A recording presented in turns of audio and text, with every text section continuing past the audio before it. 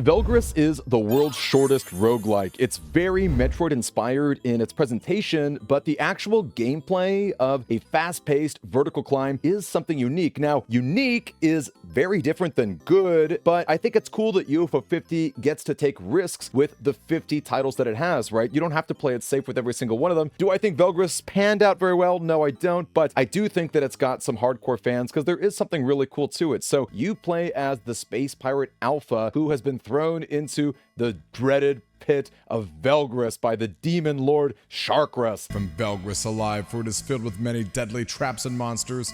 But thankfully, Alpha has survived a long fall and recovered her blaster. I love this setup. I think it's really fun. It's definitely harkening back to the Metroid text dumps of the past. And of course, a female space pirate who's badass and very powerful is something also obviously very Metroid inspired. Now, this game does Metroid a step further in my opinion because you really do feel all powerful. Your blaster is quite powerful and you have no HP bar. This is so interesting that HP is not a thing. Alpha can tank hits like a champ. In fact, most enemies will die upon contact with her. So how do you die in this game? Touching the spikes of Velgress. As you climb up, the spikes climb with you, and a single hit is going to one-shot you regardless of anything. In fact, you don't really have iframes, right? So you are going to be hit no matter what and have an instant death. Now, the game is constantly pushing you forward. Almost every single platform in the game is going to trigger the ability for it to fall just by standing on it. Some will fall a lot faster than others. Clouds are everywhere, and unfortunately, you have to step on them a lot, but they are instantaneously going to make you fall, where concrete and different types of dirt are going to be a little bit more rigid. You don't shoot through things, but you can break almost any platform that you see, which is pretty cool. In fact, there are a lot of different types of platforms that are pretty cool, like launchers that jump you way up in the air, and these coin blocks that are kind of like question mark blocks from the Mario Bros. Series. These are going to give you coins, and coins are really cool. You'll find plenty of them as you're climbing through Velgress, and when you make it to the end of each of the 3, possibly 4 levels of the game, you can go to a little shop and do some purchasing. I really love the aesthetic inside of the shop. I love this big, expressive sprite portrait of the merchant who's selling you stuff. I think that most of the items that she sells you are pretty basic. I would have really liked there to be different builds for Alpha as you're climbing through Velgress, but the game is really short, so it ultimately doesn't matter too much. I will say upgrading your blaster is not the most relevant. I also don't think that grabbing coins by shooting them is extremely relevant either, because think about it, if you want to profit off that, you've got to get at least 6 coins based off your shots, and that's kind of hard to do because, again, when you shoot through things, you're going to be destroying platforms. So unless you also have the power-up that lets you shoot things without breaking them, it's not really the winning solution in my opinion. The blaster gets a lot better if you're going for your cherry run, and I'll talk about that in a little bit too, but by far the best power-ups to get are the ones that help you live. You only have 1 life, you will die to every single spike, so your run is over. That's why it's the world's shortest roguelike. So reducing your hit stun and definitely reducing the amount of time that a platform will break under you are all-time winners. And I will say that the areas are pretty cool. The first level is honestly not that easy. These little imps, gremlins that come and chase you, they're pretty obnoxious. There are a lot of patterns that they get into that are just honestly an instant GO depending on the area you're in. If you play the game a lot more, you can find different loops through it, but the first time playing it, holy cow, right? You're kind of sweating bullets because the game is constantly throwing things at you and you really don't have a lot of time to breathe. I will say, beating the first level is great. The vast majority of my deaths, if they weren't just instantly on level 1, it was basically instantly on level 2.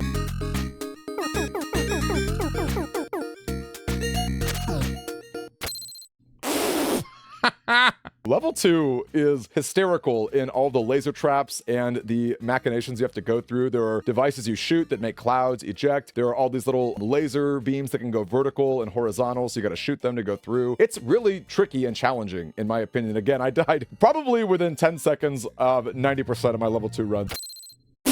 The final area is a water theme level, and honestly, this one's a lot easier compared to the first 2, especially because these octopus, or I guess octopi that come down onto the spikes, you can jump on them pretty easily, so there's almost always a pretty big platform that you can do a few jumps off of, and once you get through the pacing of level 3 a lot more, you can kind of get a good feeling for a rhythm of when the octopus is going to die, and then a new one's going to spawn pretty shortly after that. You can jump on the fish, which is nice too. So again, honestly, not as bad. I would say I died a lot less in level 3, but I also made it to level 3 a lot less than the others. It's definitely a pyramid. The more that you play the game, you're probably going to be dying in level 1 and level 2 because you're probably just speeding through it. I would say my best runs are the ones where I was a lot more patient. It happened probably within 2.5 hours to 3 hours of playing through the game when I kind of gave it a little break because the game can be really frustrating. You can just want to pull your hair out when you die, especially when you make it really far, but whatever. The patient runs where you're just calmly collecting coins, when you're shooting those question mark blocks, when you are really thinking about the types of platforms you're landing on, not just going for the clouds that you see, but taking a minute to step on concrete and different types. Those are going to be the best runs because really you want power-ups. Power-ups are extremely important. When you beat the game, you do get a password called Alpha Best. It's sold out in the credits, and by booting up the game with Alpha Best, you get every single power-up. Honestly, the game is kind of more fun this way, which I don't know. Is that a problem? I kind of think it is. Again, I really wish that there were branching paths for your power-ups, but it was just a lot more fun to have a bit more time to breathe and take it easy. Now, the downside of Alpha Best is you don't get any achievements or anything notable for beating the game like that. You're not going to get your cherries that way. So it's mostly just for fun. It's a little bonus for beating the game, but yeah, I don't know. So if you do want to get the cherry in this game, you've got to get 3 different keys throughout level 1, 2, and 3. It's the same enemy that spawns each time. You can't miss him. He always triggers, I think, around the halfway spot. He's like a little red devil from Ghosts and Goblins that you shoot a few times. He's honestly not that hard. He doesn't attack you in any way, shape, or form, and he lasts a pretty decent amount of time before he disappears. You can pretty reliably get the keys. Now, it's really easy to die trying to get the keys, and that's wwhere a lot of the frustration can come from too. When you're trying to get your cherry run and you're just, having a hard time figuring things out, that's when your blaster power-ups are going to be more relevant. And of course, beating the game with a cherry, you're going to need the blaster too, because there is a final secret boss. There's a final secret level as well, which is very, very cool. I don't want to tell you too much about it, much more than that, because I think it's really fun to experience. Also, can't tell if this is the demon Charkas. Maybe it is. I couldn't really tell based off of the game, but I kind of think based off of the next game, Planet Zoldar, that maybe she is still alive, and maybe this is like a recurring villain for Alpha, kind of like Ridley is for Samus, or maybe Mother Brain. I don't know. At the end of the day, I think that Velgress is very, very unique, very interesting. I do think it suffers from some spots not being as intuitive as they could be. For example, it took me an extraordinary amount of time to figure out that those little coin blocks are things you can shoot. Upon further reflection, I feel kind of dumb because there is a coin on it, but the game is so fast that you don't really have time to register that. And shooting downward is not something you would ever do naturally. Those launcher stars are pretty easy because you're constantly jumping, so it's really easy for a new player to just jump off of it and realize, oh, it ejects you really far up in the air. That's super cool. A new player is never going to shoot the ground, ever. That is the worst thing you could do in this game because you're constantly climbing. Wow.